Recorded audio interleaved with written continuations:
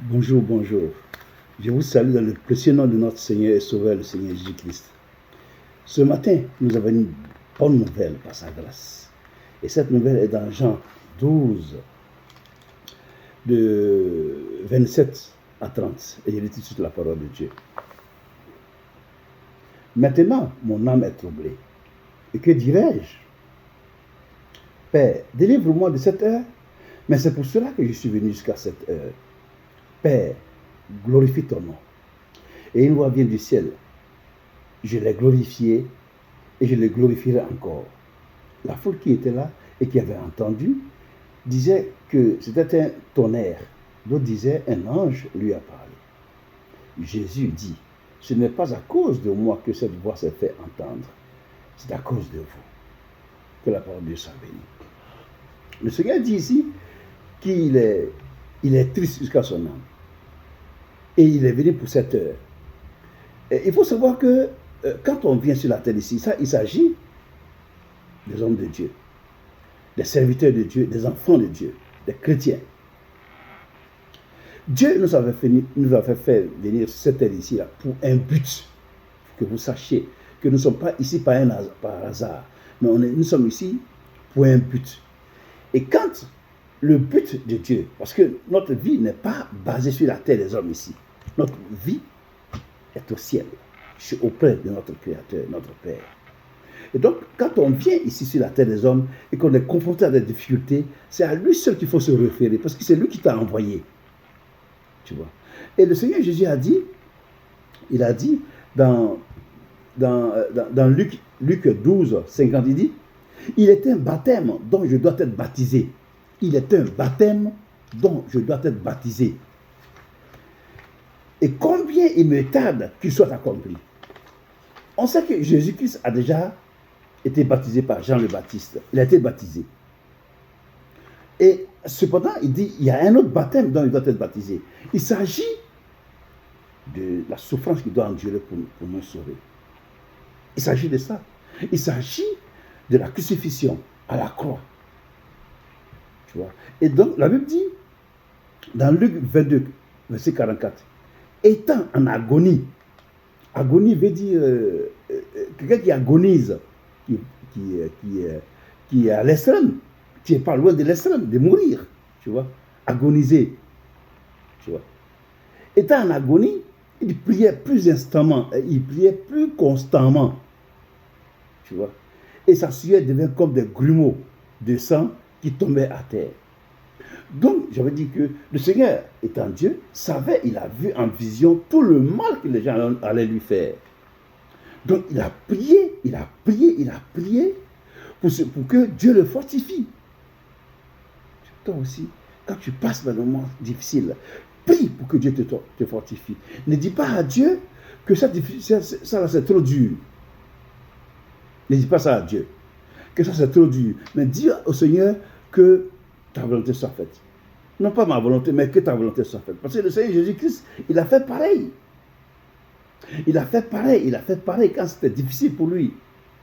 Il a dit dans Matthieu, et j'ai lu la parole de Dieu.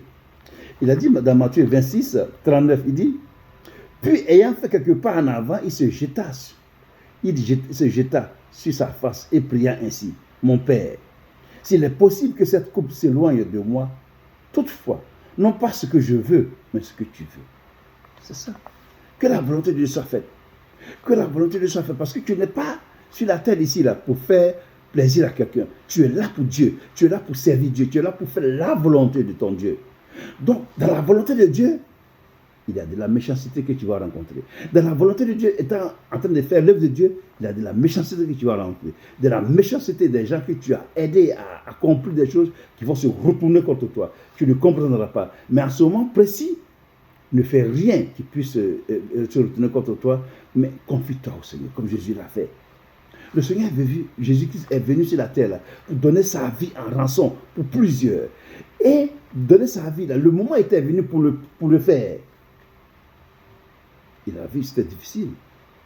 Mais Dieu l'a fortifié.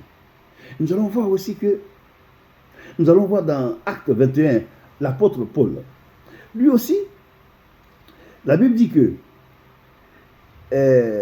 un prophète lui a dit que celui à qui appartient cette ceinture, la ceinture de Paul, sera lié comme ça et livré aux païens, comme Jésus. Tu vois, comme Jésus. Mais la réponse, on voit ici la réponse de l'apôtre Paul. Il dit, pendant que ses élèves, ceux qui sont avec lui, le suppliaient de ne pas aller à Jérusalem, Paul dit, alors il répondit, que faites-vous en pleurant et en me brisant le cœur? Je suis prêt non seulement à être lié, mais encore à mourir à Jérusalem pour le nom de Jésus-Christ.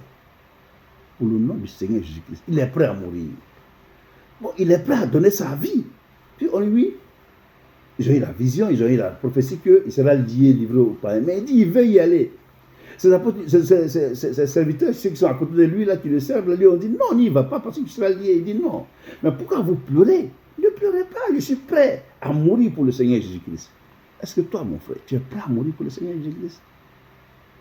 L'œuvre de Dieu que nous faisons est difficile. C'est difficile.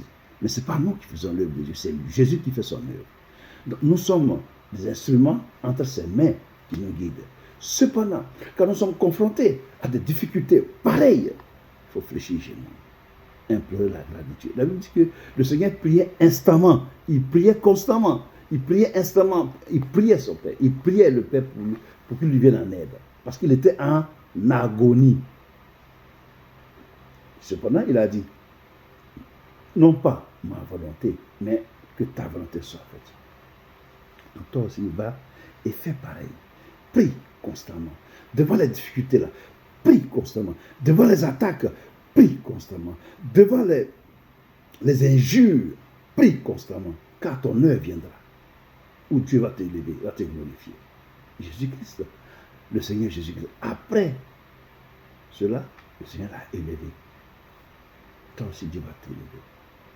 Mais c'est difficile. C'est vrai, c'est difficile. Pourquoi? Parce que tu es combattu, parce que tu es sur le droit chemin. Quand c'est facile, c'est qu'il y a problème. Quand c'est facile, c'est que le diable même est avec toi et puis tu avances avec lui. Et quand c'est difficile, c'est qu'il devient ton adversaire. Et ça dit que s'il est devenu ton adversaire, c'est que tu as le droit chemin. Et que le Seigneur seul te viendra en aide. Comme il est venu en aide au Seigneur Jésus-Christ, il fera de même pour toi. Comme il est venu en aide à Paul, il fera de même pour toi. Que le Seigneur te bénisse. Ne baisse pas les bras. Tu es sur le bon chemin. Si on te calomnie, que tu es sur le bon chemin. Le Seigneur Jésus a dit que si on vous fait du mal à cause de mon nom, soyez heureux, car votre nom est écrit dans le ciel. Parce qu'ils ont fait pareil au maître, ils feront pareil à toi. S'ils m'ont persécuté, ils vous persécuteront aussi. Tu vois. Donc, sois fortifié et que Dieu te donne la sagesse d'avancer. Ne fais rien avec ta force, ne fais rien. Parce que l'œuvre de Dieu, là, on ne le fait pas avec son intelligence ni sa force. C'est le Saint-Esprit en nous qui fait son œuvre. Mais toi, prie pour que Dieu te donne la force pour avancer. Annonce l'évangile, dis la vérité. Continue de prêcher. Quel que soit ce qu'on te dit, prêche la vérité. Avance au nom de Jésus-Christ. Tu verras la gloire de Dieu. Que le Seigneur te bénisse. Et à demain pour une autre vidéo, pour nous fortifier encore au nom de Jésus. Amen.